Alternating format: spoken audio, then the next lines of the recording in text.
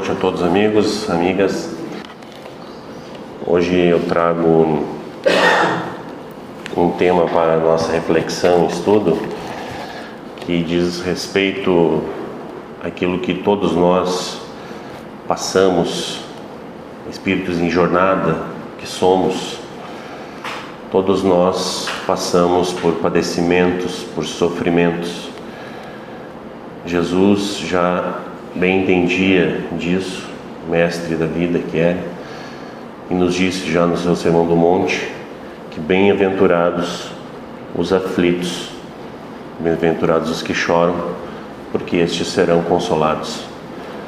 Jesus já estava dizendo para a humanidade: bom, no mundo havereis aflições, mas tende fé, pois eu venci o mundo. Então é importante nós nos debruçarmos sobre esse tema, debatermos sobre isso, sobre o sofrimento e a causa desses sofrimentos e como encarar estes sofrimentos que todos nós enfrentamos, todos nós padecemos. Não se engane, desde a pessoa que mora no casebre mais simples, mais humilde, até a pessoa que reside nos palácios suntuosos. Não se engane, todos sofrem neste mundo, que é um mundo fenomênico. É um mundo no qual nós estamos todos sujeitos a estes sofrimentos, a estes padecimentos. E muitas vezes a gente pode ter uma incompreensão em relação a estes sofrimentos, mas por que eu? Por que eu tenho que passar por esta prova? Por que está sendo tão difícil para mim esta expiação, esta prova, este teste? Por que para mim? Por que isso veio para mim? E aqui a gente tem que ter a compreensão espiritual do que isso significa. Eurídice Parsanufo era um espírita histórico que trabalhou em Minas Gerais, um dos primeiros espíritas do Brasil. Ele era um católico, né? Isso, um dos precursores do espiritismo do Brasil. Era católico e ele próprio não entendia, mas por que ele vê uma pessoa de muitas virtudes com vários padecimentos, vários sofrimentos, e uma pessoa que não tem virtude nenhuma, uma pessoa que comete equívoco atrás de equívoco? Esta pessoa parece ter uma vida boa.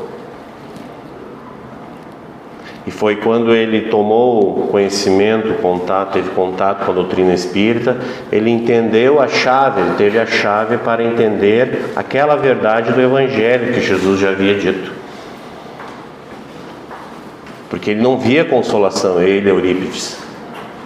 Os aflitos serão consolados, mas onde é que está o consolo? Esse pessoal só sofre. Onde é que está o consolo? Mas com a chave do Espiritismo, nós conseguimos melhor revelar esta verdade. Já que se trata não de uma verdade para olhos carnais, olhos da matéria, mas uma verdade para olhos espirituais, não é mesmo? Para os olhos que veem a verdade da vida, das coisas espirituais, daquilo que é efetivamente eterno, das verdades eternas. Porque se vermos com os olhos de ver, com os olhos do Espírito, aí nós entendemos o porquê de tantos sofrimentos, o porquê de tantos padecimentos, de cada um a seu modo, cada um a seu tempo, mas todos nós passamos.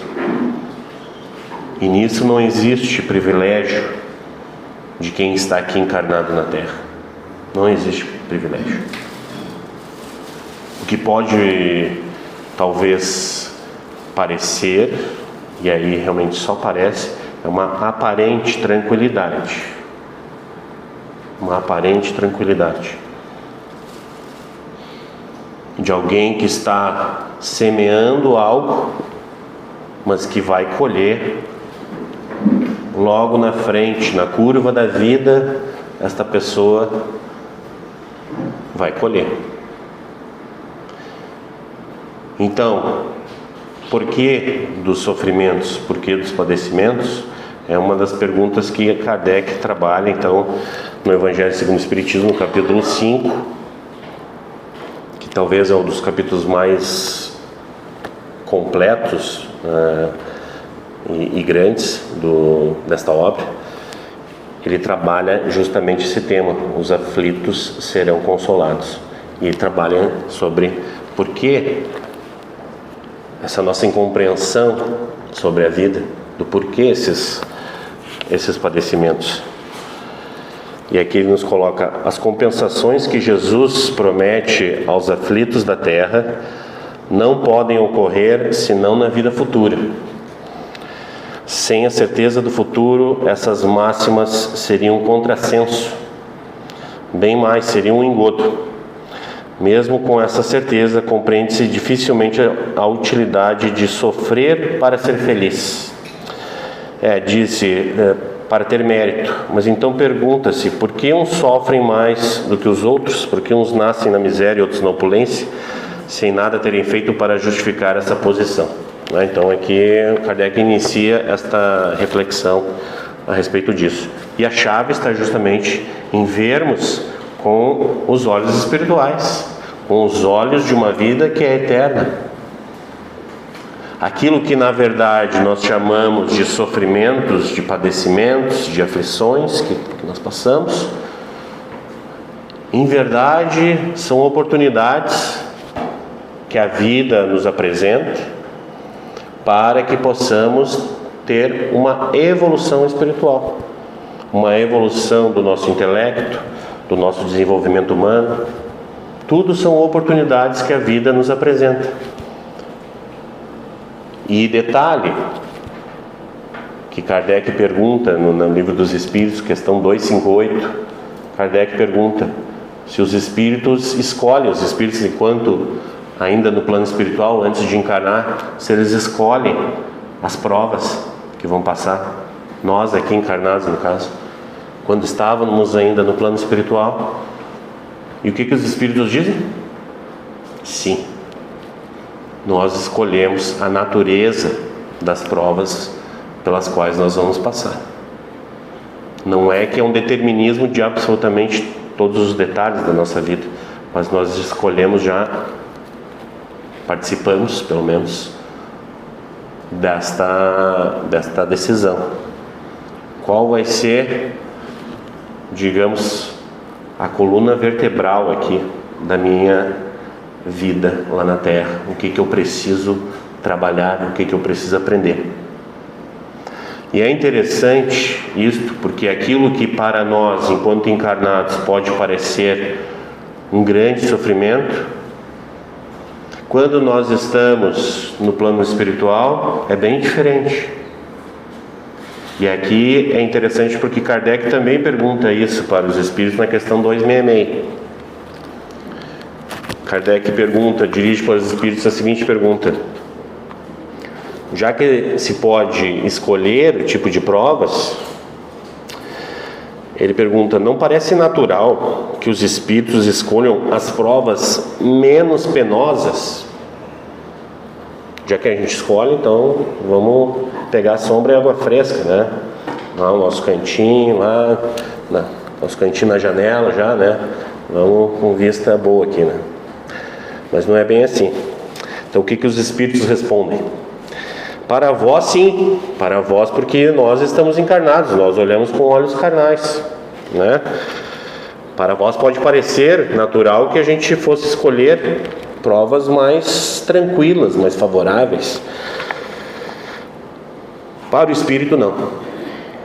Quando ele está liberto da matéria, cessa a ilusão, e a sua maneira de pensar é diferente.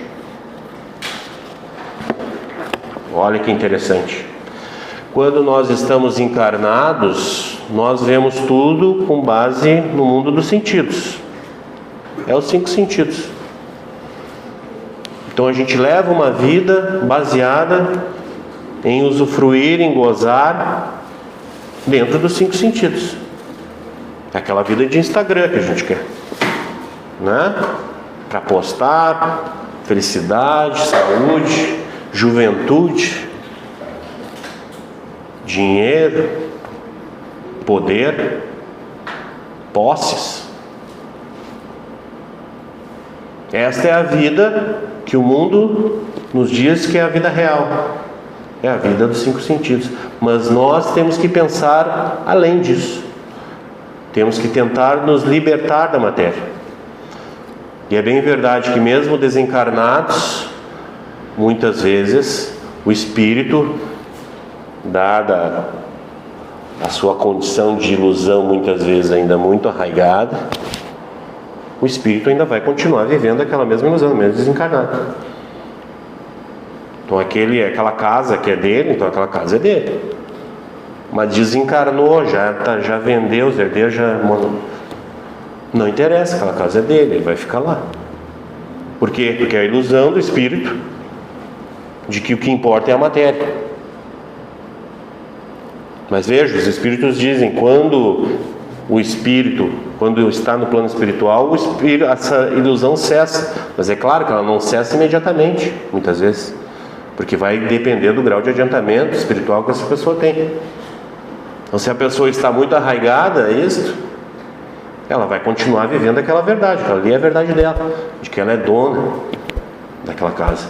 E por aí vai, não é? Quantos problemas são causados na humanidade por conta das ilusões que nós vivemos? Aquele relacionamento que eu acho, não, aquela pessoa, ela só pode ficar comigo. Eu sou o proprietário, sou o dono daquela pessoa. Ilusões. Quando a gente vê o noticiário hoje, tanto o noticiário nacional, internacional, até mesmo o noticiário local, quanta coisa acontecendo, né?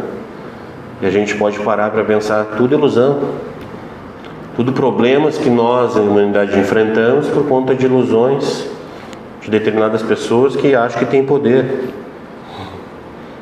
Um poder minimamente temporário, bem pouquinho, porque em seguida na curva da vida já vai cessar. Mas é a única coisa que essas pessoas conseguem vibrar, porque estão em ilusão.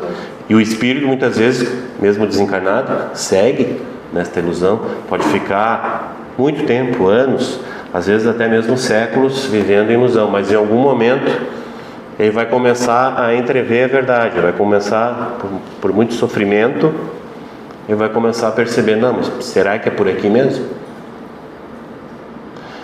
E quando então ele entende a verdade espiritual, ele então vai ansiar por provas, por sofrimentos, por uma nova oportunidade de vir à Terra, de encarnar e de ser colocado em determinadas situações que vão levá-lo ao sofrimento, ao padecimento. Mas aí que está, são os olhos espirituais sobre a matéria.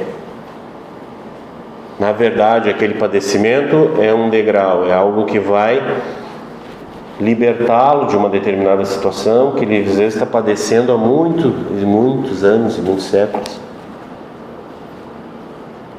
E assim, na literatura nós temos vários exemplos, né? Na literatura espírita. André Luiz, no livro, acho que No Mundo Maior, ele fala de um relato quando ele está no plano espiritual, ele, André Luiz, fazendo resgates nas zonas umbralinas, e ele encontra o vô dele lá no umbral. E o vô dele já tinha falecido há muito mais tempo que ele, no caso. Ou seja, estava há mais tempo lá no umbral. E o vô dele, o que estava fazendo? Ele estava junto com outros espíritos reunidos, eles buscavam dejetos de ouro, naquilo que na verdade era só lama. Então ele procurava ouro, porque era aquilo que a mente dele projetava. Então, ilusão, ainda vivendo na ilusão, mesmo no plano espiritual. Qual a prova que um espírito desse vai precisar? Bom, em algum momento ele vai ter que se colocar em situações em que ele consiga entender que a matéria não é necessária. A matéria, enquanto nós aqui encarnados, ela é apenas um instrumento de utilidade para que nós possamos dar cabo da nossa evolução espiritual. Então ela é um instrumento a serviço da vida e não a vida a serviço da matéria.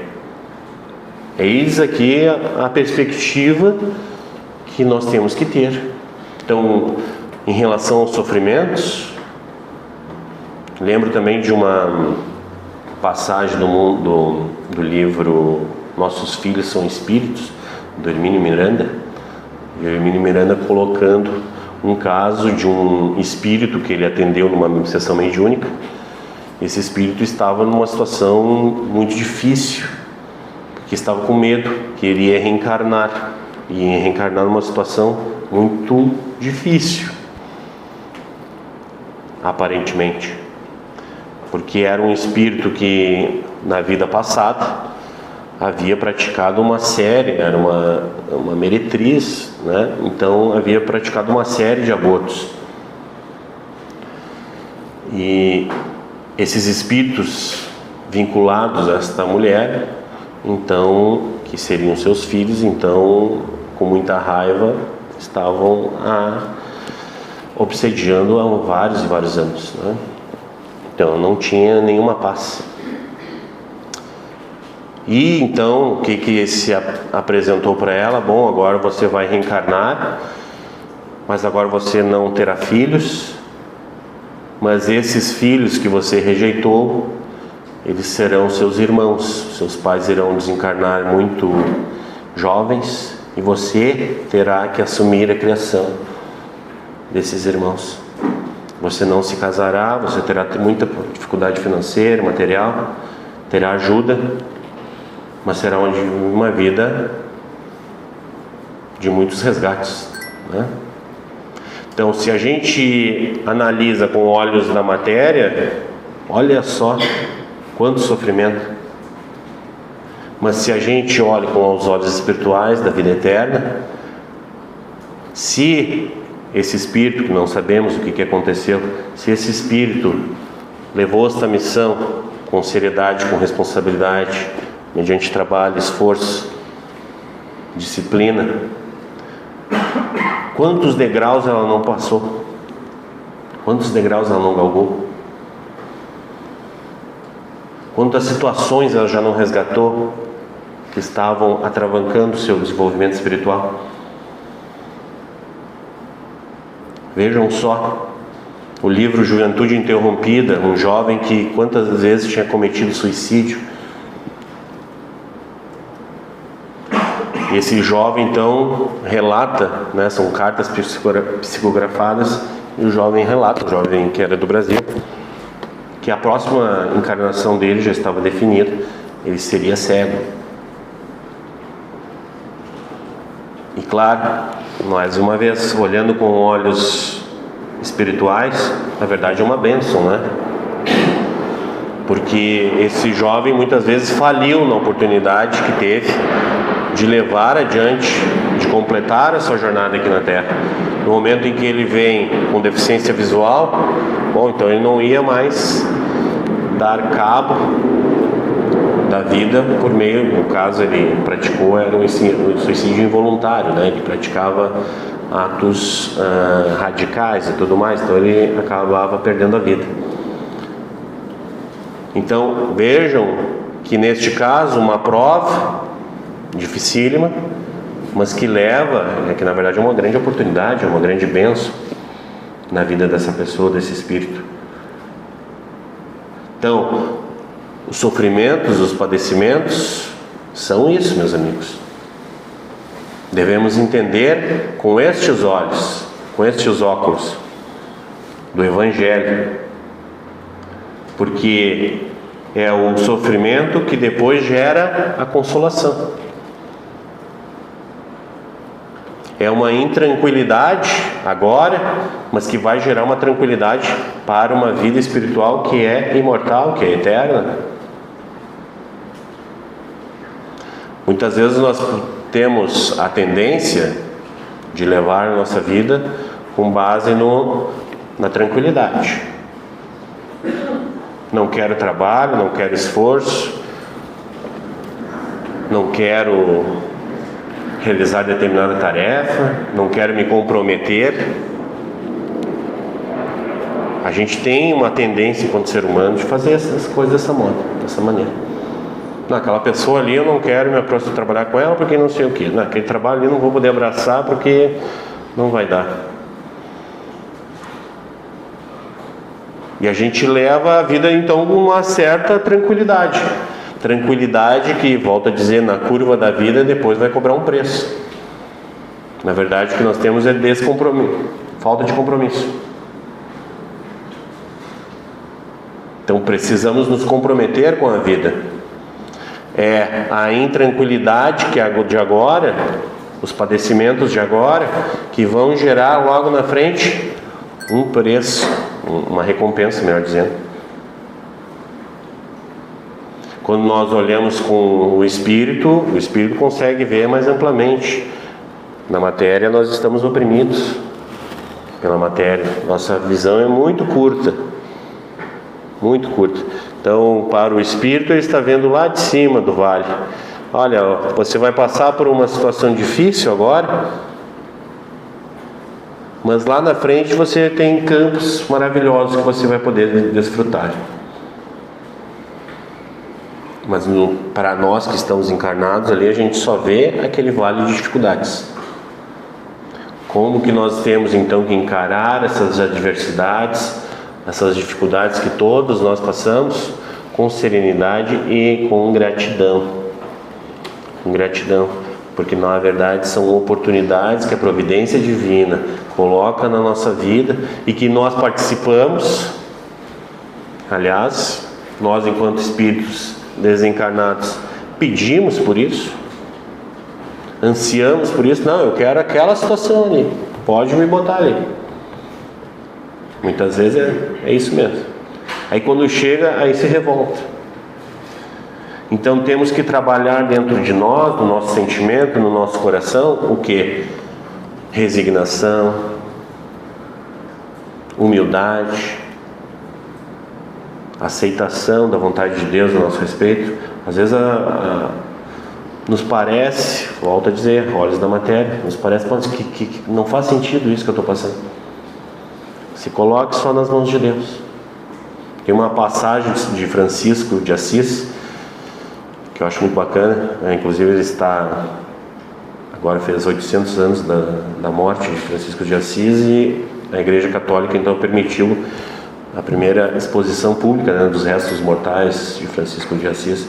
Eu estava vendo um expositor espírita, José Carlos de Luca, que é de São Paulo, e inclusive escreveu um livro sobre Francisco de Assis, uma pessoa que eu acho de uma espiritualidade muito elevada.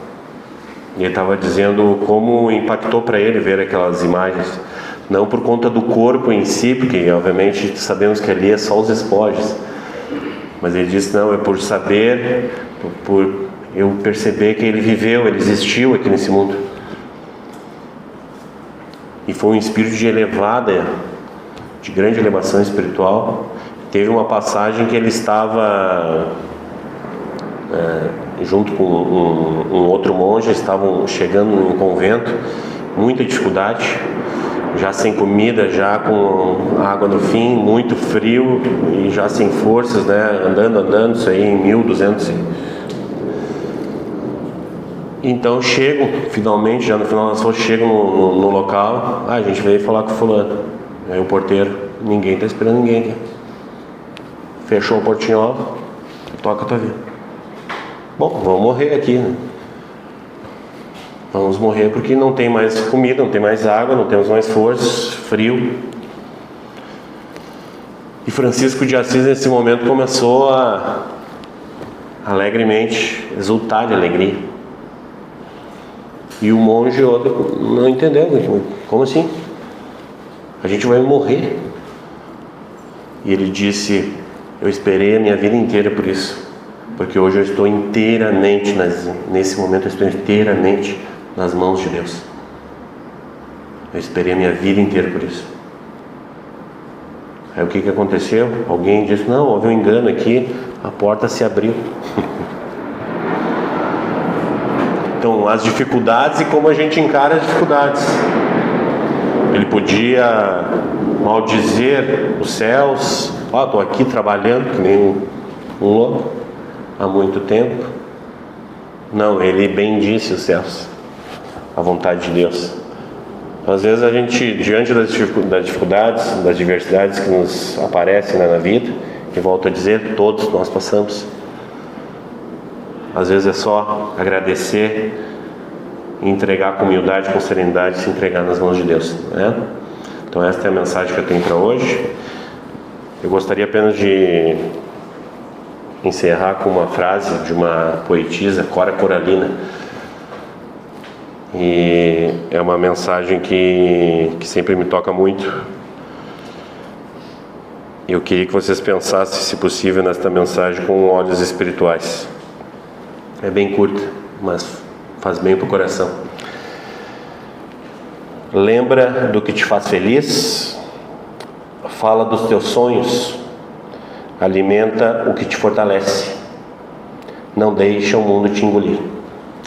Esta é a mensagem. Obrigado, que Deus nos abençoe.